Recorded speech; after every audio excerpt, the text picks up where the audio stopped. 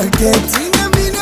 Unde cald eu pe șosea, vin și banii în urma mea, vin și banii în urma mea. Sunt băiat competent, sunt băiat inteligent, fac parchet după parchet.